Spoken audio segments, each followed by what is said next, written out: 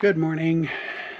Okay, you can see its levels right there right now. This morning it was off the glass and it took 2 gallons to get it up, actually over that window. Looking underneath, there's actually active dripping, a drip this morning, so it's definitely happening. Anyway, I fired it up and I could actually see it pouring out of the most logical place looking, the cleanest area. So this little piston here that comes out, this is for the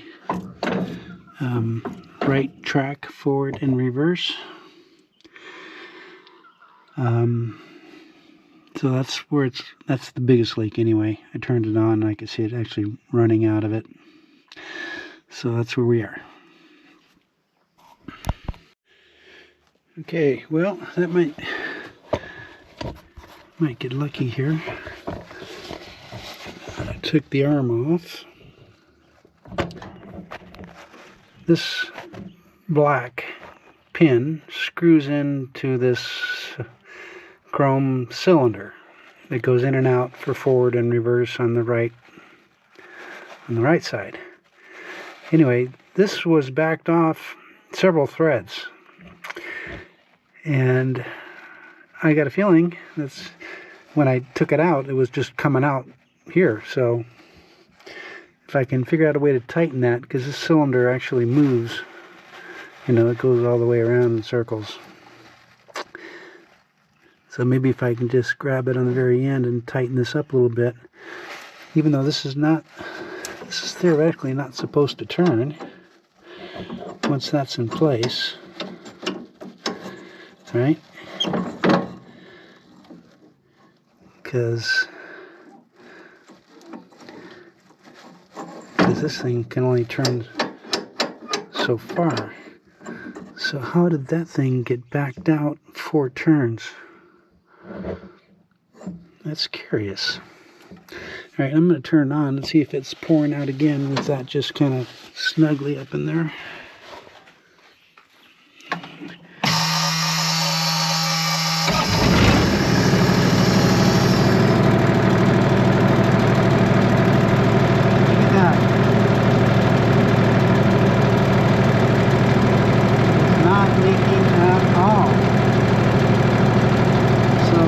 All coming right there. Yeah, I might have got lucky again. That must have just been put on wrong from the get-go, because, like I said, this thing can only turn that far. It gets stuck. I mean, it's not designed to keep turning. And this thing had a leak when I first got it. Somehow it got backed out one more turn. Well, you know where to look if it starts leaking again. Good. All right, the conclusion is the linkage at the end of that cylinder that makes the right track go forward and back spins 360 while it's in there working. The linkage can only turn about 25 degrees at the most. So I think what happened, because this thing has had a leak on the track ever since day one I got it, very regular. Yesterday it decided to get real bad and it blew out completely. So what I think happened is that the linkage got loose, and it got so loose that the cylinder was just able to free spin itself back out, which created a pretty big leak, which took 2 gallons of hydraulic fluid to fill it back up. So I got that tight as I could get it. That's the only thing I don't know is how you're supposed to get it tight when the cylinder spins. And today's I got about 3 hours left. So that shouldn't take that long, but we'll see if I can get another load in the trailer. But I'll know by the end of today if that leak is going to continue, if that leak stopped all the leaks, or if there's more than the leak that I fixed today. All right, fast forward.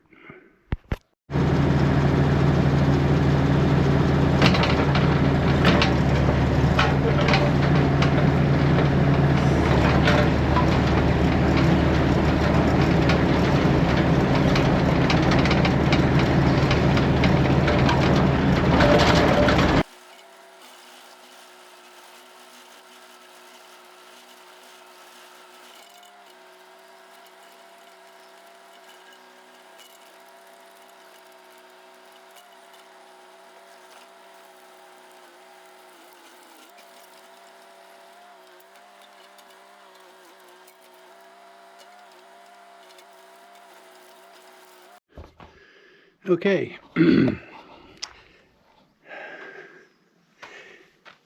There is a drop there, but I am very confident that things are better. Okay, so that pile's in order. What's today? Thursday? Thursday. I'm going to see if I can get 2 more loads of trailer up, and then there'll be 1 more trip up to load the pile again sometime tomorrow, and then I should put that on fire tomorrow morning, Friday. That makes sense. All right, so whatever I can pull up in trailer loads today, I follow back up with the excavator, then either stack it again today or stack it tomorrow morning, then put it on fire. That's the plan. All right, fast forward, heading downhill.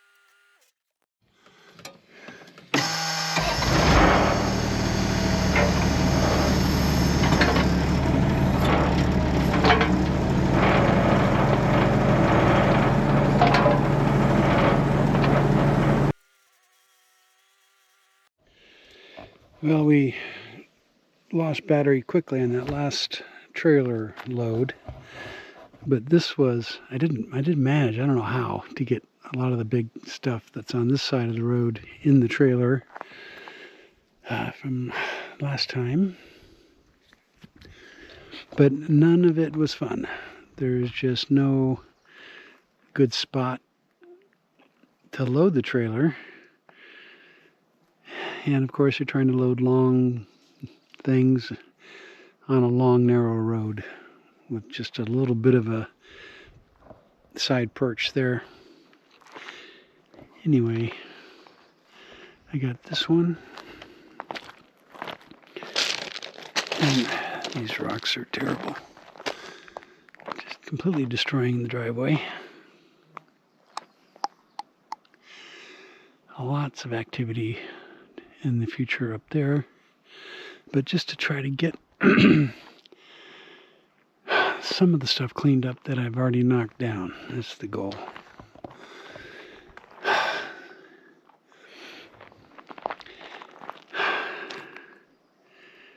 think that was a mistake, putting those there, because that's just no way to get it in the trailer from there. Not smart. Not only that, it's going to be hard to get it out of there somewhere where I can. I think I'm going to make a little room there, see if I can't stack it on this side of the road without falling down that hill, which I almost did 7 times earlier. And then I could put the trailer here. The trailer's there. I could probably get all this in there without too much trouble. All right, that's the plan.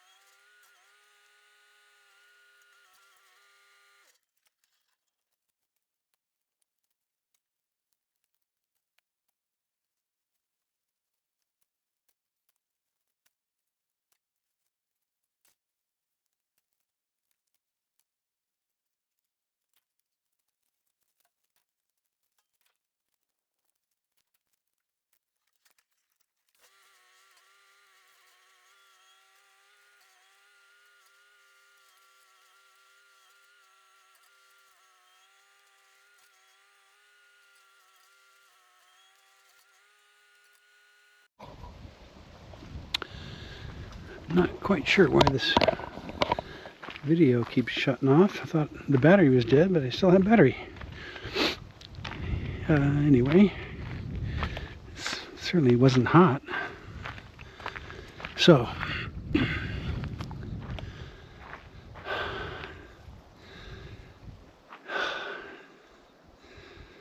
so much more work to do, but so much work has been done. This looks like it's almost tame. And I'm, the leak on the excavator is still not 100%. It was dripping, in 7 places because it was pouring out. Or, it was running out real well. So the whole base of the excavator was loaded with oil and sitting on a hill. Everything started pouring out again. But I'll know fairly soon if that's still leaking or not.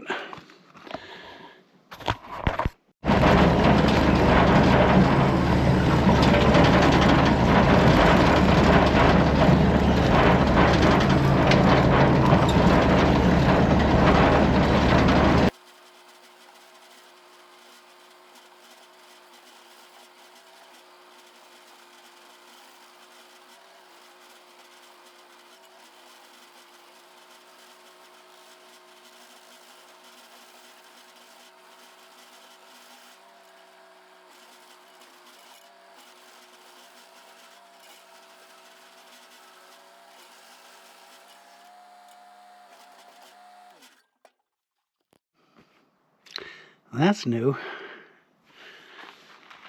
Something maybe broke. Solved that. The pin came out. I need another one of those for sure. Well, I think the orientation was the other way. I think. But anyway, that is higher than it was when I checked it in this location before we did all that work. And roughly was in the same spot. I mean, if the thumb was up instead of down, that's going to create a difference. Or if that was up instead of down, it's going to make a difference here. But it's not a big leak, let's put it that way. It did gain volume. So, all right. See you guys later.